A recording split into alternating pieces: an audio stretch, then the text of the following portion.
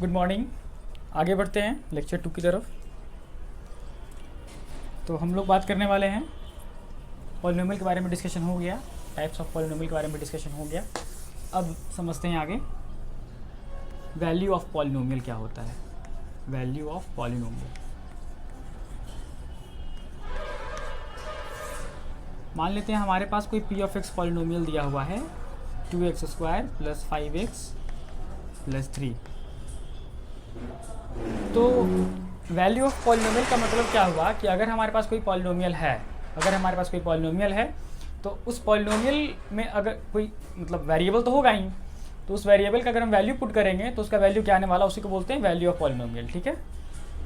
अगर मैं पूछूं what is the value at P, what is the value of polynomial when we put x = 2, इस polynomial का value क्या होगा जब मैं x का वैल्यू 2 पुट करूंगा। कुछ के भी पूछ सकता है कि इस पॉलिनोमियल का वैल्यू क्या होगा जब x = मैं -2 पुट करूंगा।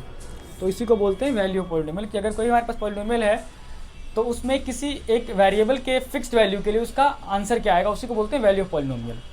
तो आप इसको पुट कर देंगे, x = 2 पुट कर देंगे, x = -2 पुट कर देंगे। तो x = 2 के लिए इसका वैल्यू क्या होगा, तो 2 × 2 का स्क्वायर + 5 × 2 + 3 क्या हो जाएगा, 2 × 2 = 4, 2 × 8, 8 + 10 + 3 विच इज़ 21।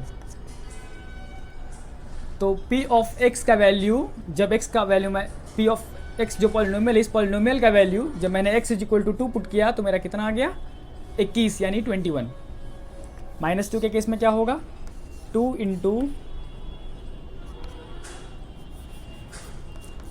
-2 स्क्वायर + 5 × -2, पैरेंथेसिस मैं सेपरेटली यूज़ कर रहा हूँ ताकि कोई कन्फ्यूज़न ना हो। 2 × -2 का स्क्वायर, तो माइनस का square plus, minus into minus plus हो जाता है, और 2 का स्क्वायर 4, तो डायरेक्टली मैं लिख दूँ 2 × 2 = 4, माइनस इंटू माइनस प्लस। चलिए मैं डिटेल में कर देता हूँ। 5 × 2 = 10, ये ब्रैकेट के अंदर -10 + 3। अगला स्टेप 8 - 10 + 3 विच इज़ 11 - 10। तो वैल्यू मेरा कितना आ गया 1।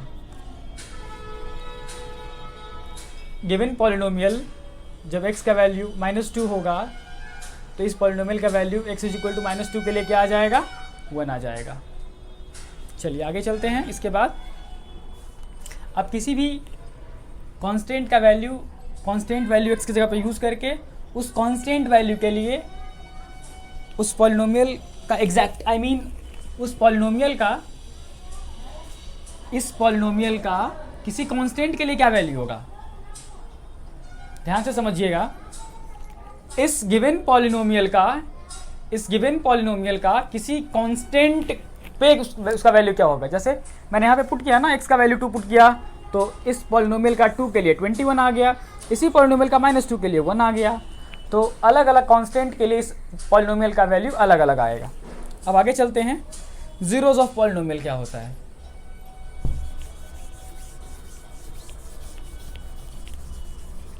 Zeros of polynomial,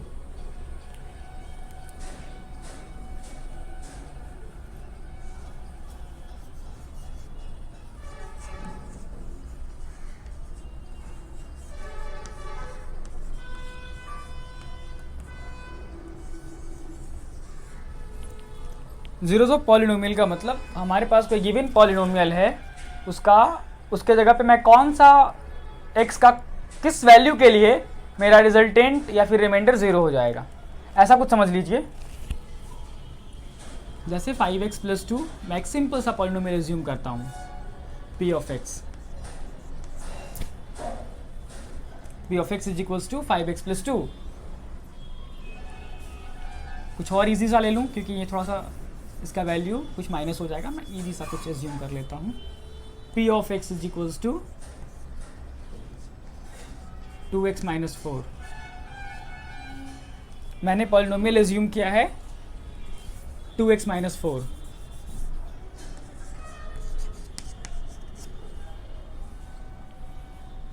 p of x = 2x - 4 मतलब मैं x का कौन सा वैल्यू पुट करूंगा कि इस पॉलिनोमियल का वैल्यू क्या हो जाएगा, 0 हो जाएगा। ध्यान से समझिएगा, ज़ीरोज़ ऑफ पॉलिनोमियल का मतलब होता है ज़ीरोज़ ऑफ पॉलिनोमियल। इस पॉलिनोमियल के लिए मैं x का किस वैल्यू को पुट करूँगा ताकि ये ज़ीरो हो जाए। तो पुट करके चेक करते हैं। पहले हिट एंड ट्रायल मेथड, हमको नहीं पता है क्या पुट करेंगे, पर पुट करके चेक करते हैं। तो पहला मेरा हिट एंड ट्रायल मेथड में मैं अगर x का वैल्यू 1 एज्यूम करूँ तो क्या हो जाएगा, p of 1 is equals to 2 into 1 -4, यानी 2 - 4 वैल्यू क्या आ गया, -2। मतलब ये तो सही नहीं है। x इज इक्वल टू अगर मैं 2 पुट करूँगा तो क्या हो जाएगा, p of 2 which is 2 into 2 -4 which is 4 - 4 is equal to 0, और मुझे 0 चाहिए था। तो x के किस वैल्यू के लिए इस पॉलिनोमियल का रिजल्ट 0 आ गया, तो x का वैल्यू मेरा क्या हो गया, 2। तो 2 क्या कहलाएगा, ज़ीरोज़ ऑफ पॉलिनोमियल। x के किस वैल्यू के लिए पॉलिनोमियल का रिजल्ट 0 आता है तो उसको क्या बोलते हैं, ज़ीरोज़ ऑफ पॉलिनोमियल बोलते हैं। कोई दिक्कत? अब बोलेंगे सर आप हिट एंड ट्रायल मेथड तो यूज़ करेंगे नहीं हर जगह। अब कोई बड़ा सा पॉलिनोमियल या फिर कुछ भी पॉलिनोमियल दिया रहेगा, अभी हिट एंड ट्रायल मेथड का मतलब क्या हुआ कि मतलब जो कोई भी फिक्स्ड नंबर को हम कांस्टेंट नंबर को पुट करते हैं, तो उसके लिए भी मैं आपको बताता हूँ कि मैं इस पॉलिनोमियल का डायरेक्टली ज़ीरोज़ कैलकुलेट कर सकता था। कैसे, देख लीजिए। 2x - 4 is equal to 0। कब? मुझे पता था कि मुझे पता इस पॉलिनोमियल को 0 करना है, तो x से किस वैल्यू के लिए 0 होगा। पहले आपको इसके बारे में अच्छे से एनालिसिस कर लेना है, फिर आप इस चीज़ को समझेंगे अच्छे से। अगर आप ये समझ गए होंगे तो इसमें फिर कोई दिक्कत नहीं है। मुझे इसको 0 करना है ना, मुझे इसका x का वैल्यू निकालना है कि x के किस वैल्यू के लिए ये पॉलिनोमियल 0 हो जाएगा। तो मैंने 0 के बराबर कर दिया। तो अगर ट्रांसपोज कर देंगे तो क्या हो जाएगा, 2x का वैल्यू 4 हो जाएगा, और x का वैल्यू क्या हो जाएगा, 4/2। तो x का वैल्यू क्या आ गया, 2 आ गया। यानी x का वैल्यू 2 के लिए इस पॉलिनोमियल का अगर मैं x2 पुट करूँगा तो इस पॉलिनोमियल का रिजल्ट 0 आएगा। तो इसी को बोलते हैं हम लोग ज़ीरोज़ ऑफ पॉलिनोमियल। आगे चलते हैं इसमें थोड़ा आगे।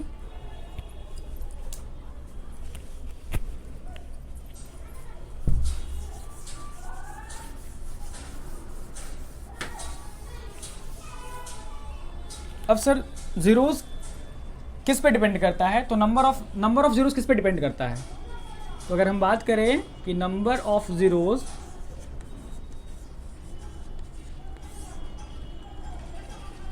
कितना होगा, तो नंबर ऑफ ज़ीरोज़ डिपेंड करता है डिग्री ऑफ पॉलिनोमियल पे। डिग्री ऑफ पॉलिनोमियल पे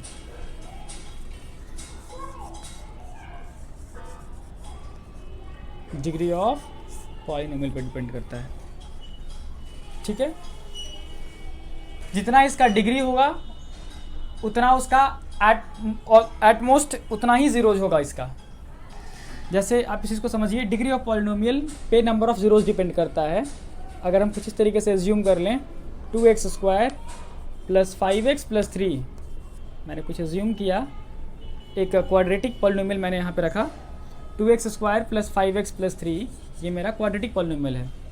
तो सर इसका ज़ीरोज़ कितना होगा, तो पावर देखिए, पावर कितना है, पावर 2 है। तो पावर 2 है तो एट मोस्ट कितना ज़ीरोज़ होगा, एट मोस्ट 2 ज़ीरोज़ होगा, मैक्सिमम 2 ज़ीरोज़ होगा। समझिए, 2x² + 5x + 3, इसमें भी हम क्या कर सकते हैं, hit and trial method use कर सकते हैं और पता कर सकते हैं कि इसके x के वो दो कौन से वैल्यू हैं जो मैं पुट करूंगा तो इसका रिजल्ट 0 आएगा। पर उतना हम लोग दिमाग खर्च नहीं करेंगे। अब डायरेक्टली इसके मुझे अगर बोलेगा कि इसका आप ज़ीरोज़ डायरेक्ट निकालो तो क्या करेंगे, इसको MTS यानी मिडिल टर्म स्प्लिट करेंगे। तो मिडिल टर्म स्प्लिट करने के लिए हम क्या करते हैं, इस दोनों को मल्टीप्लाई करते हैं। तो ऑलरेडी फैक्टर के फॉर्म में दिया हुआ है 2 और 3, इसको या तो ऐड करेंगे या तो सब्ट्रैक्ट करेंगे ताकि मेरा मिडिल टर्म आ जाए। तो 2 + 3 5x, तो क्या हो गया, 2x² + 2x + 3x + 3, 2x common लूँगा, x + 1 + 3 कॉमन लूँगा, x + 1 फिर कॉमन लूँगा, x + 1 दोनों टर्म में क्या बच गया, 2x + 3। अब मैं इसको इस फॉर्म में एक्सप्रेस कर सकता हूँ। मेरे कहने का मतलब है कि इसको हम इस फॉर्मेट में लिख सकते हैं, फैक्टर के फॉर्मेट में। अब मुझे पता है कि इसके फैक्टर जो भी होंगे 0 के बराबर होगा, क्योंकि हमको x का वैल्यू मतलब नोन है ना कि इसका वैल्यू मेरे को 0 करना है, तो इसका फैक्टर भी क्या होगा, 0 के बराबर होगा, तो 0 के बराबर हो जाएगा।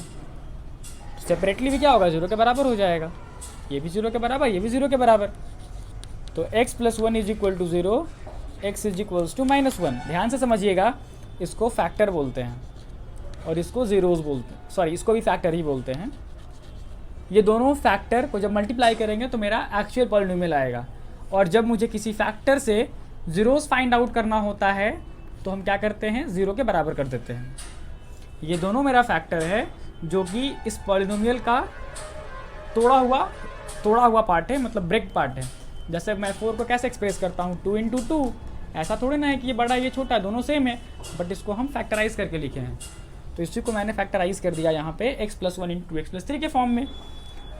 और ध्यान रखिएगा, ये फैक्टर से अगर हमको ज़ीरोज़ फाइंड आउट करना है कि ज़ीरोज़ क्या होगा, तो ज़ीरोज़ क्या होगा मतलब ये पता है कि उस फैक्टर से जो पॉलिनोमियल बना है उसको 0 होना है।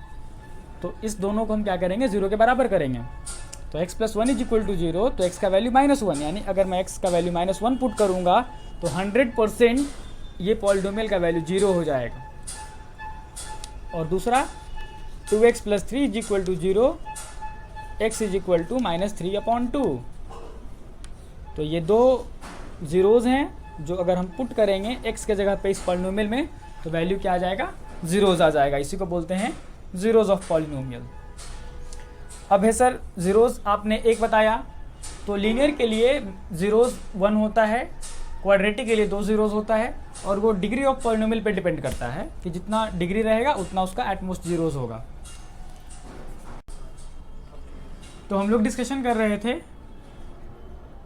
कि अगर मेरा लीनियर पॉलिनोमियल होगा, अगर मेरा लीनियर पॉलिनोमियल होगा तो कितना ज़ीरोज़ हो जाएगा, 1 हो जाएगा। अगर क्वाड्रेटिक पॉलिनोमियल होगा